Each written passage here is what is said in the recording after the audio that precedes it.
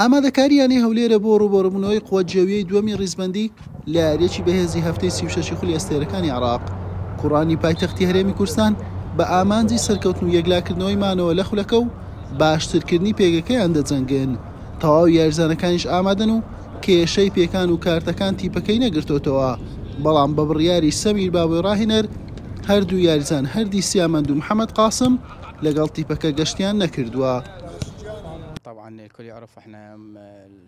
هەر وەک دەزانن یاریەکە بۆ هەردوو لامان گرنگە. جەویە ڕکابەری لەسەر پێشەنگ و نازناوەکە دەکات، ئێمەش لەسەر باشترکردنی پێگەمان دەکەین لا ڕیزبەند. سوپاس بەخوا تیپەکەمان بە تەواوی ئامادەیە.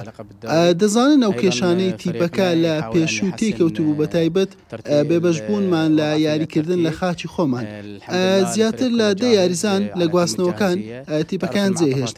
کاپتن سەمیر کاری لەسەر لایەنی دەرونی و گۆڕینی شێواز یاریکردن کرد.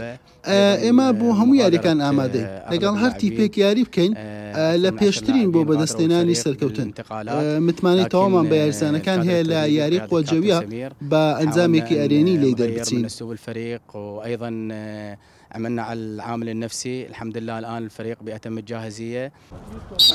یاریەکە بۆ کوڕانی شاری قەڵاومنارە ئاسان نابێت، چونکە لە دەرەوە یاریگەی خۆیان یاری دەکەن و ڕووبەڕووی تیپێک دەبنەوە جگە لە سەرکەوتن هیچ بژاردەیەکی دیکەی نییە تاوەکو ڕکابەری نازناوەکە بکات.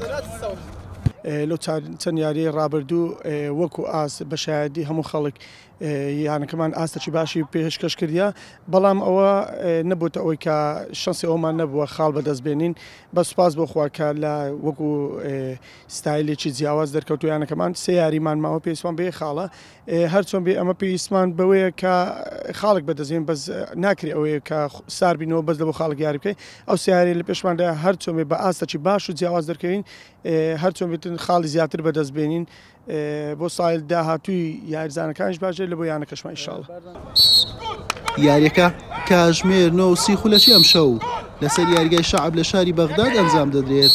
قووەتجێویە بە 75 خاڵ لە خانەی دووەمە و هەولێریش بە 37 خاڵ لە خانەی چواردەی ڕیزبەندیە. حوسێن محەممەد، کەناڵی پێام، هەولێر.